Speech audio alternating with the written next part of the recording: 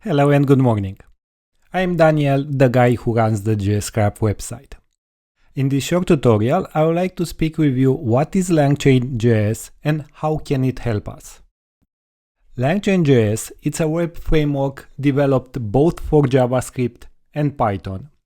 And it's the middle guy between a large language model and a web application. It's not as simple as we think to communicate between a standard way of writing code, as we do in a web app, and interact with the output of a large language model. What it does is abstracts common patterns seen in GPT projects and also other type of LLMs. You can think of it as the jQuery for the interaction with LLMs. And the reason why I am saying this is because jQuery came and defined a standard way of doing the same thing across multiple browsers. It was one of the first library to standardize the way we are doing things in browsers. By the way, in the Latent Space podcast, there is a nice episode with the founder of Langchain where it goes into much more details why this framework appeared and what were the reasons behind it. So I encourage you to go and check it out. The link is in the footer of this slide. So, what can Langchain do for us? First of all, it is very easy with Langchain to format prompts and also read outputs. We can say to the GPT model, give me this output as a JSON, or give me this output just as a simple string. It makes very easy to interact with different components. As an example for this, we can have a GPT model who writes the content for a given article, and after that we can take this model and feed it in a Midjourney model, and that model can generate images for our article. It also makes it very easy to manage memory, both long-term and conversational memory. What I mean by this, let's go in the ChatGPT interface. For example, each of these conversations are based on a different topic. So this is something that Langchain can help us with, give context for a given conversation, but also save this conversation for a later use.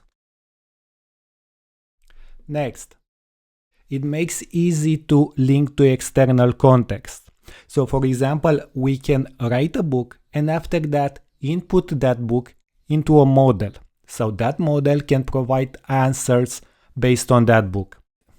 And in direct relationship with this one, there is the RAG, the Retrieval Augmented Generation, and also how we can store content in vector databases so that we can easily retrieve them later. Next, it also manages the AI agents and the tools they are using. A very common example for this one, when we want to do math with a LLM model. Or, for example, when we want to take that model and send it to search something on the internet, something it doesn't know about it.